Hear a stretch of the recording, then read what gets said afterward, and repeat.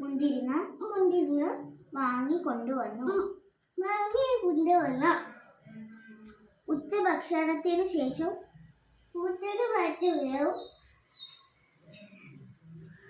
കുട്ടികൾക്കും കൊടുക്കാനാണ് മുന്തിരിങ്ങ ഒരു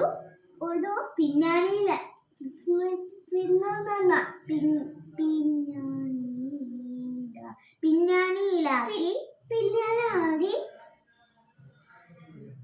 മേശപ്പുറത്തു വച്ചു.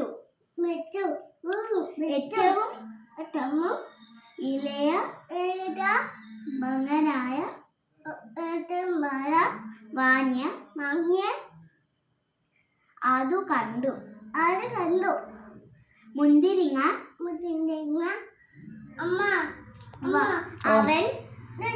അവൻ